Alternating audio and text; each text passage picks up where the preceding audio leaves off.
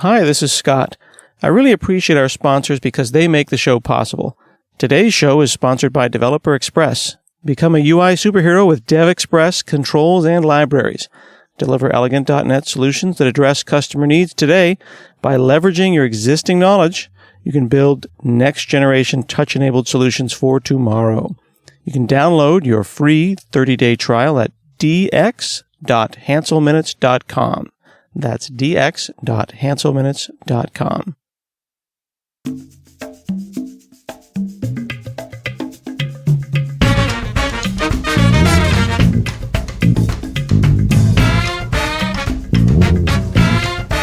From Hanselminutes.com, it's Hansel Minutes, a weekly discussion with web developer and technologist Scott Hanselman.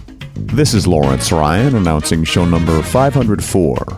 In this episode of Hanselminutiae, Scott talks again with Richard Campbell about technology, gadgets, industry trends, and new directions.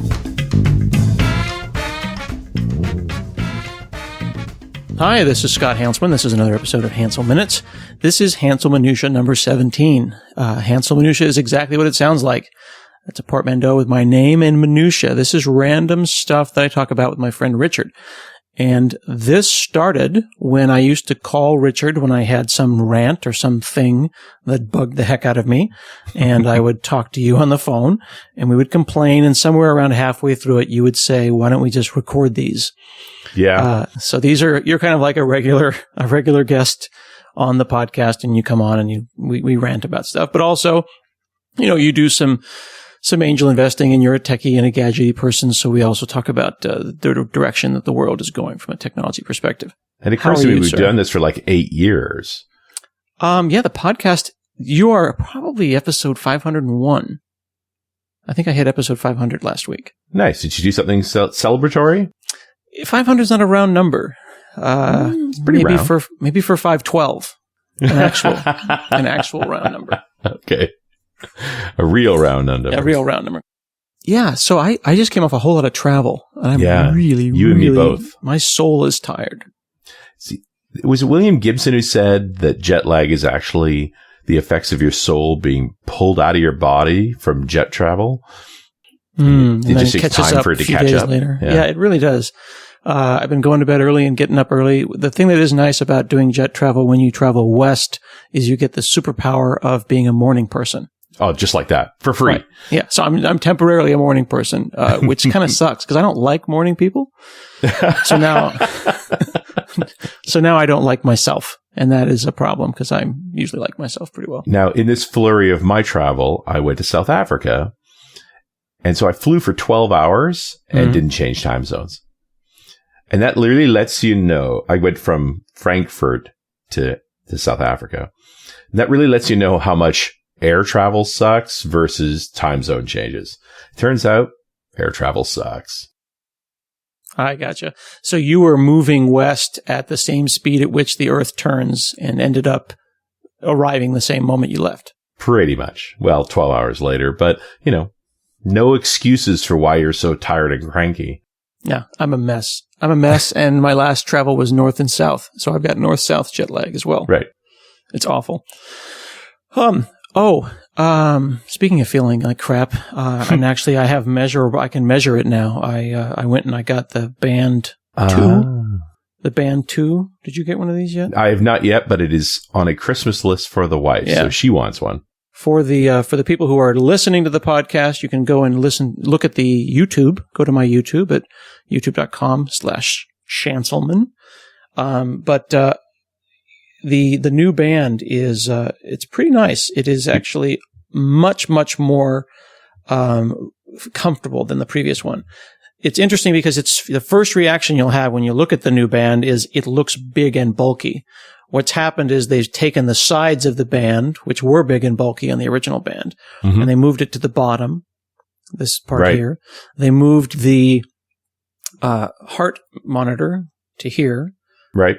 And while it looks bulky, it is so much more comfortable. The original band you had to put on and then suffer for a month and then go, really, and then you'd eventually forget about it. Right. You get used to it. You get used to it. There's sensors on the back of it, and there's also sensors at the clasp. Right. There's a galvanic skin response one at the top. Right. And then there is the heart rate one at the bottom.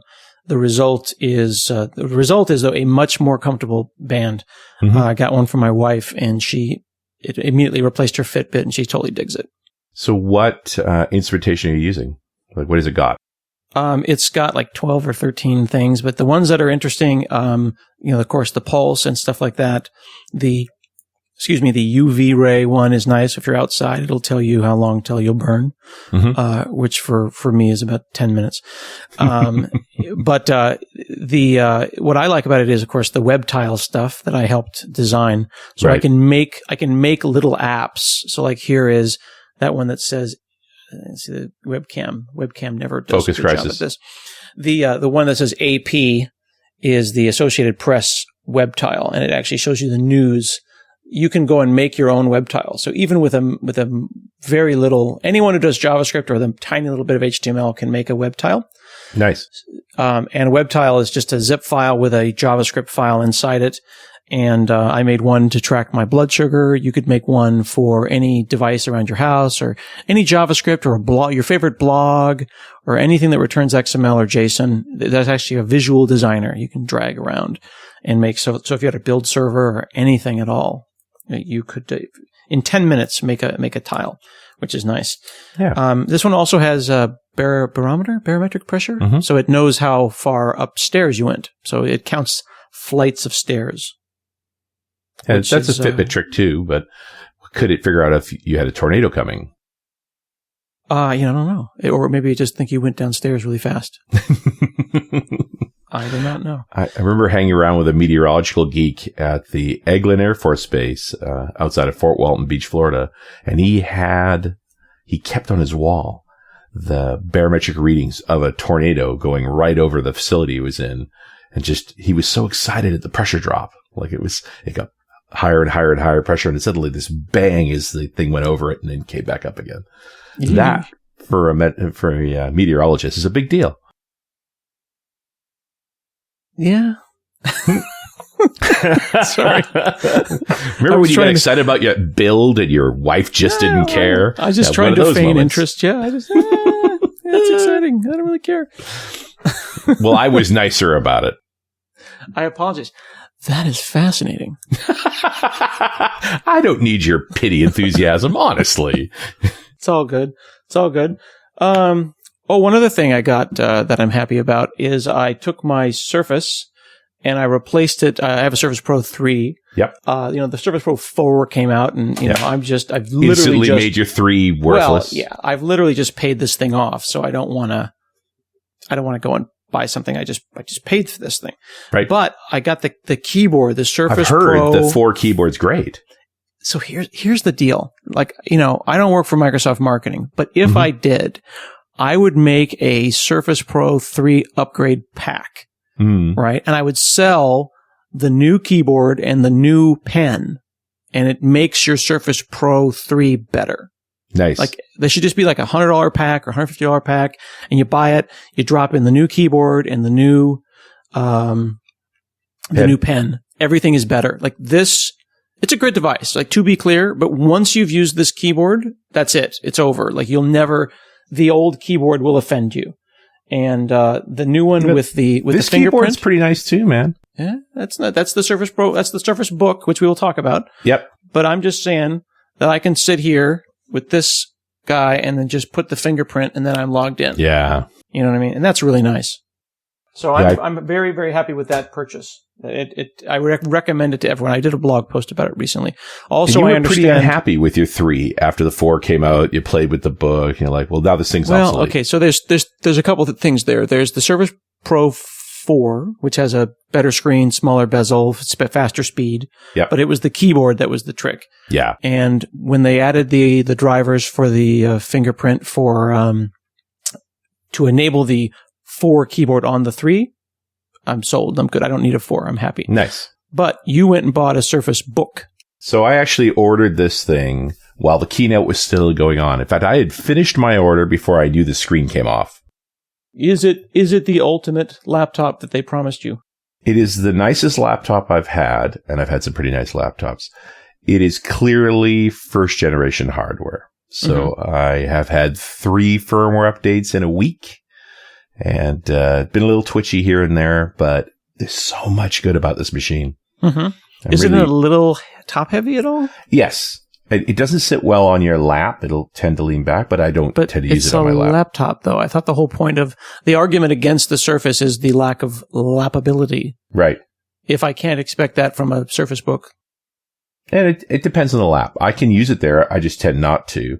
Okay. I never thought I'd use the screen pull-off feature, and I've immediately used it. So we did a hackathon this past weekend for Humanitarian Toolbox. And so I was walking around checking in with devs about make sure we're working on the key milestone items and stuff. And having the screen loose, it just made it really pleasant to do. And they call that clipboard mode, right? You basically used it as a clipboard. There it is. So you pulled it off here. And again, people who are listening have to go and check it out at the YouTube page. I don't know if you can see this picture, but that is a photograph from the Discovery satellite, which is an L1. So it's between the Earth and the sun. And there's a camera facing the planet all the time, which is, of course, fully illuminated because it's between the Earth and the sun. And they happened to catch a picture as the moon was transiting in front of the Earth. So that is the dark side of the moon. That's real? That's real. That is not a composed photograph. You're not going to make me go to Snopes and discover this is not real. I got it from NASA. So it's the real thing. Okay. So you're happy with the laptop, though? It's been a week. So far, so good. I've moved everything over to it. I spent the past week on the road, and I carried my old laptop and the new one. And now I'm feeling like I can carry just the new one. Although I ordered another gadget I haven't picked up yet, which is one of those Asus 1080p monitors that are both powered and signaled by USB 3. So really? It's a 15-inch screen, weighs less than a pound. Is that possible? Comes with its own stand, and you plug it into your USB 3 port, extension monitor. And what is this called? It's an Asus monitor. I think it's the 169B. 169B monitor, huh? There was a thing called MIMO monitors that you could use the display link technology, and you could send HDMI over. Not HDMI. You could send video over USB 3. Is it really? It's probably doing some compression, though, isn't it? It's USB 3. It should be able to do it. It's only 1080p, so you're not talking any miracles. This says it's 1366 by 768. So there's one model that's 768, one model that's 1080, but is a TN, and one that's a 1080, but it's IPS. Scandalous. Interesting. And you like this? This is a good thing. I just ordered it. I haven't gotten it yet, but I'd seen one in the wild, and then went, "Yep, I want that." Well, they've got that Duet application. Which is, and there's another one called Air Display. These are using your iPad as a second screen. Right. Duet for, I think it's $15 or $16 will let you do that. But one of them, I forgot, I think it is Duet. Some of them do it wirelessly, which is not good. But this is it. It's a Duet display. It is wired connection. So it's only your computer to your iPad with a wired connection. So basically like you're describing, 2 screens, and you could be in a hotel room somewhere with your laptop, and then boom, you've got a second screen. Right. I've been exploring that as a possibility for my Surface.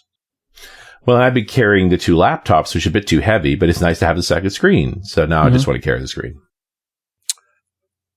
Interesting. But I don't know if I've already got an iPad lying around. If you can use that iPad screen, you use it. Absolutely. Yeah. Then of course you have to deal with the DPI difference as you move from screen to screen, though. I got to look at that as well. Okay. That's I got to put all this in the show notes because this is giving me food for thought. I've got the link. I'll send it to you. Okay, cool. I think the last time we did this, had we talked about Google changing its name? Nope. The holding company name to Alphabet? That was May. Yeah, when we last did this. So I think or maybe it was just happening. But it was something like that. No, that was the show we were going to talk about Google I.O., and then you had that incident in Subway, and that's all we talked about. There's always some incident at Subway that gets me upset about stuff. So your thoughts on Alphabet? they kind of announced it, then it became a non-issue. I was kind of waiting to see if there would be other things after this, like Google's the G, and then is there another company that is another letter? Have they done that already? Have they announced other companies underneath it? Not that I've seen. I thought it was just a legal game. They want to play with ownership. They want to be legal in the SEC rules. So this is just a way of packaging up the companies differently and hiding their reporting so they don't have to admit that they're spending money on asteroid mining. I thought it was not a tax thing. I thought it was about focus. Like Google did search, and then they'd have a health division, and then they'd have a asteroid mining division or whatever. Like it was about separate companies with each individual focus. Well, I'd hope so, but I guess we'll see what actually happens. Hey folks, I wanted to take a moment to tell you about Raygun and their new product called Pulse. Raygun is an error and crash reporting software provider, and their new product, Pulse, it's a real-time user monitoring product. It gives you performance data and user insights. Lets you understand exactly what's happening when users interact with your software, so you're never left guessing. Raygun provides you with the answers to your performance questions, and they've found over 10 billion, that's billion with a B, bugs in customer apps with their crash reporting product. And now Raygun will help you understand application quality like no one else. Over 30,000 developers worldwide can't be wrong. I use Raygun all the time, and I enjoy it very much. You can try it out today with a no-risk 30-day free trial. Start improving your software quality immediately. Try Raygun for free today at raygun.io. Speaking of shell games and funny names for everyone thinks that there's a new car company coming, not Tesla, but one called Faraday, because apparently we're going to name all of our car companies after famous electrical engineering people. I had not heard this. And okay, so Faraday is, go ahead and start Googling around for it there. It sounds like it's a shell company that it's actually hiding the Apple car. That would make sense. Yeah. And I don't know if I want an Apple car. Yeah, there's something said about that. But, making cars is way harder than it looks.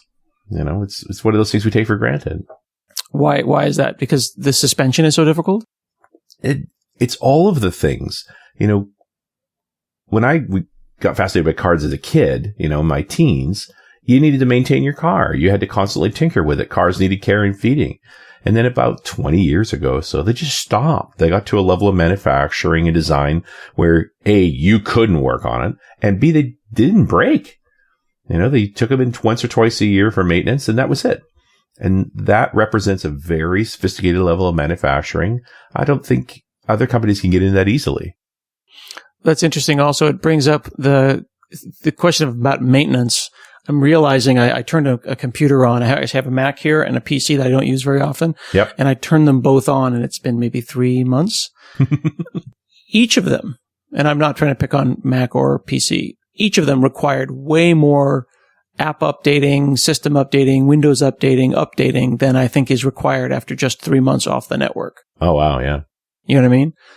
That's a lot to ask. Does the same thing happen if I park the car at long-term parking? Is it going to just go and get all the different updates and firmwares and stuff?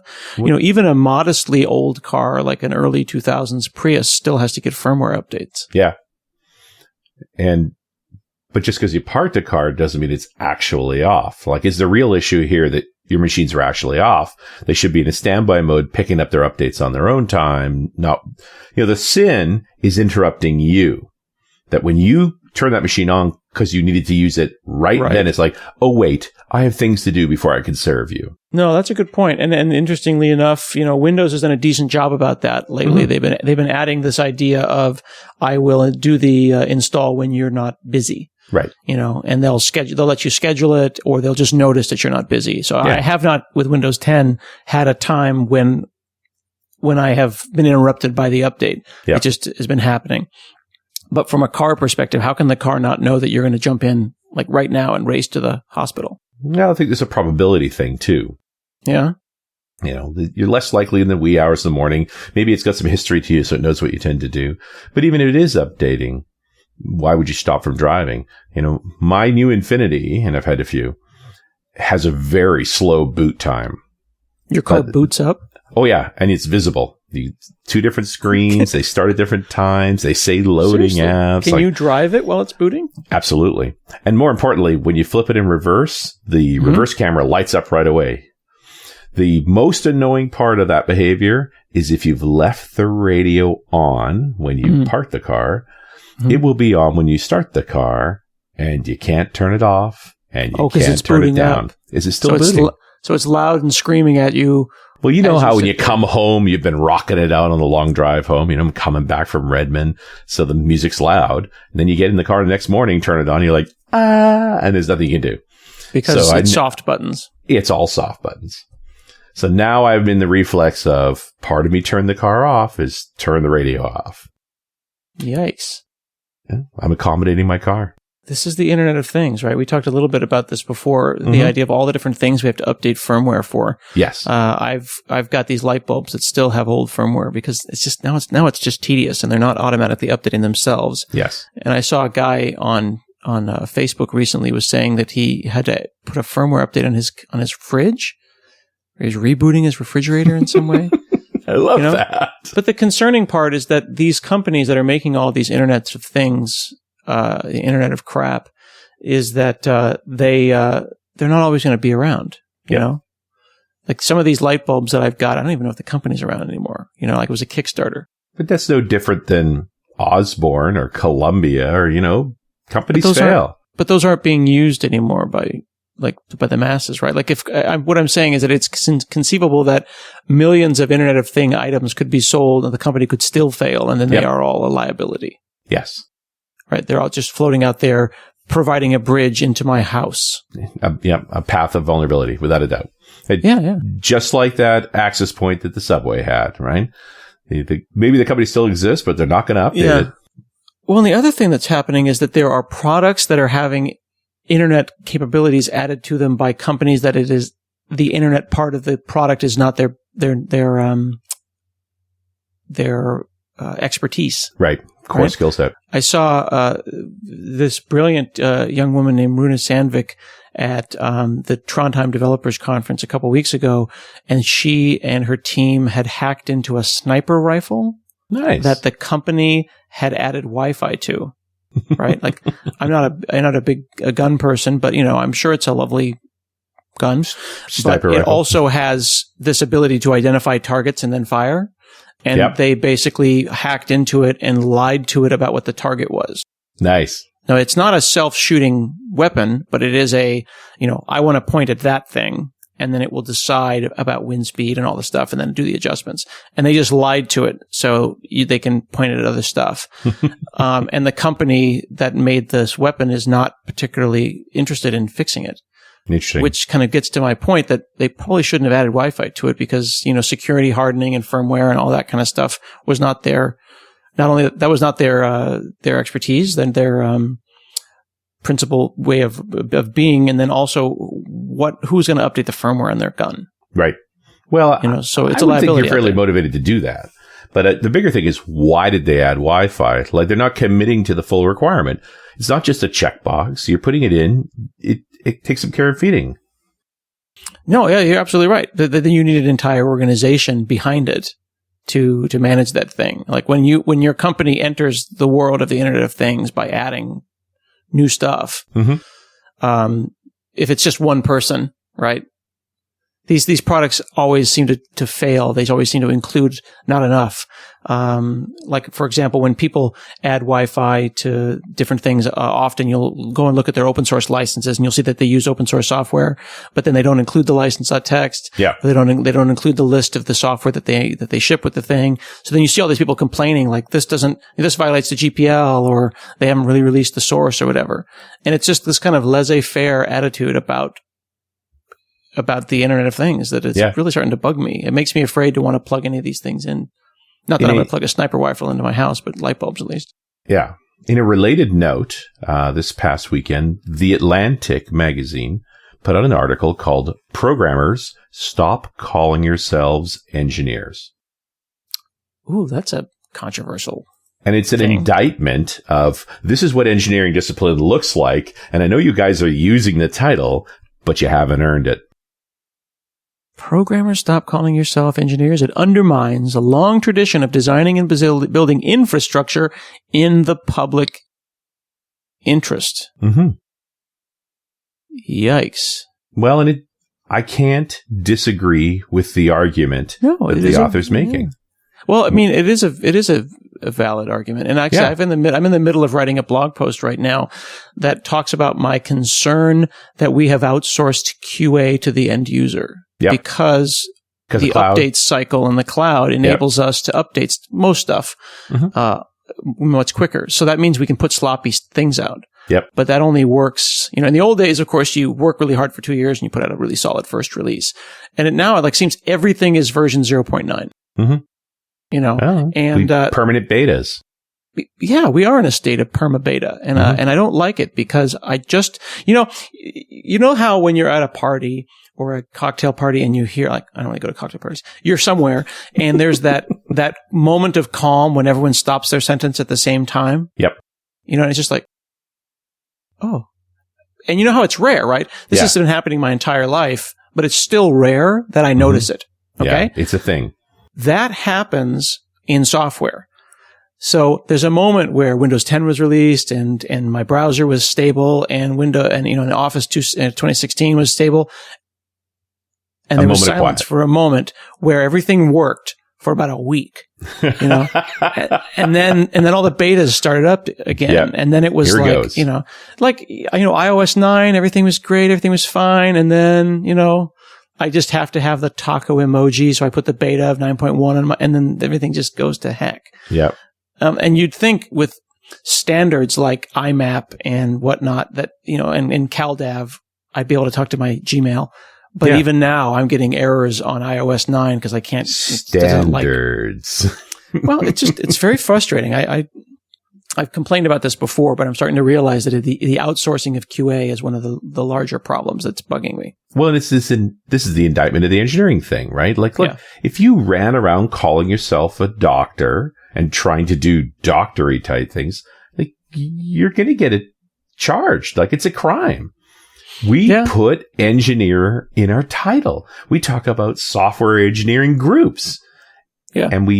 And in real engineering, civil engineering, this may be one engineer in that entire group that's an actual engineer. That's a PE, a practicing engineer that's certified, that maintains all the rules and is beholden to the public, not to his company, but to the public, to the certifying body. Yeah. I mean, I'm looking at this Atlantic article right here, and it's talking about skyscrapers and bridges and power plants and elevators. And the thing about them is that there are professional standards and expectations, and you put your life in the hands of the engineers that create this kind of stuff. And that's the difference between the kind of people that make websites, like I do, and the kind of people who make, actual baby monitors that run in neonatal wards and medical software that kind of has to work, and just the elevator software. You can kill somebody with an elevator pretty easily. Well, just say, we'll patch that. We'll patch that. Just a small update. And we all have the great stories of the software failed and people are endangered because of it. This is a really interesting article here.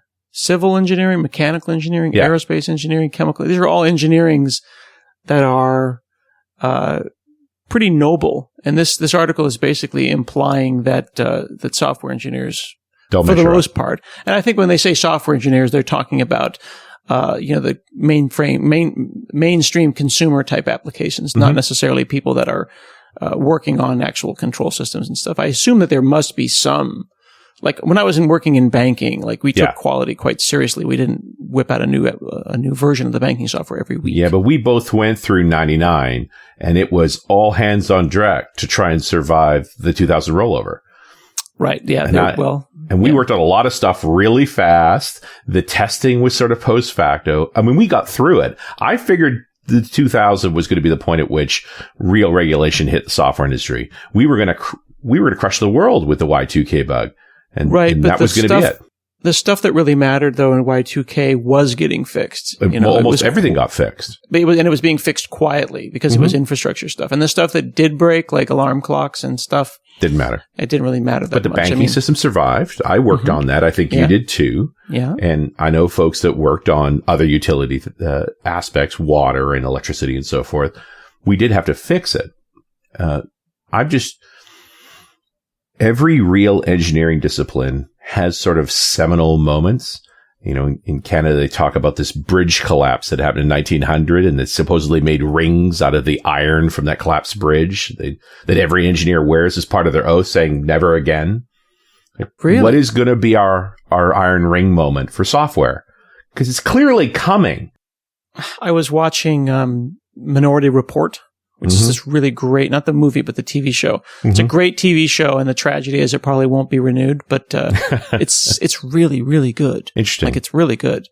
And it's good because because it's set in 2065, and they talk about the past like it was like the actual past, and then we're all carried forward by it, and it's really interesting. And on an episode I was watching yesterday, two of these hackers were talking, and one of them was like, we all thought it was going to change after 2035 when like everyone's email became public, and like that was the hack. Everyone's email became public. And they said, 15 million suicides happened because of that, because of every single person on the planet's email became public. And that's when whatever crypto scenario, that's when we encrypted the internet. Right. And when you're listening to that, and I was listening to that, going, wow, I could totally see that happening. Yeah. Like some epic hack, some Snowden to +2 powers epic consumer level hack, like everyone's Facebook becomes public or whatever. Whatever it is. Would that be, like you said, the iron ring moment that would flip everything? I don't know. I don't know what it's going to take, but we need to become an engineering discipline. We are eating the world and we're doing it very haphazardly. Very wise, sir. Very wise. Very wise. We're coming up on 30 minutes. What else do we have? Did a humanitarian toolbox hackathon this past weekend. Did it on the Microsoft property. It was at the garage in Building 27. What did you all build? People can go and Google for humanitarian toolbox and learn about the software that you make to help the Red Cross and disaster recovery and all that. So we were working on the Red Cross project, the project called Already. We're actually getting to the minimal viable product. We're ready to put it in the field this month. Seriously? Yeah, we're there. Wow, congratulations. That's it was exciting. A really great sprint. A great group, some MVPs, a couple RDs, and a bunch of regular developers that just were interested in the project. We all came together and we hauled. We wrote a lot of code. Tightening some screws and getting it ready for release. Yeah, and had a couple of Red Cross people there, so they're looking at taking it out. And the goal is, this is the first scenario, because this app can do a lot of different things, is putting smoke detectors into homes that don't have them.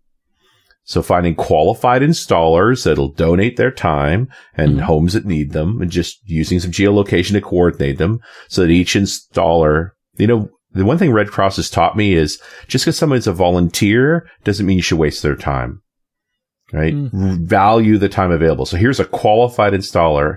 And if we do everything by hand, maybe you'll get a couple of smoke detectors installed in a day. But if I get the software right, maybe 6, 8, 10 in a day. Like, that's just simply saving lives. Very cool. And this is, people can go and see this code. It's all up on GitHub? Yep. GitHub.com/htbox/already.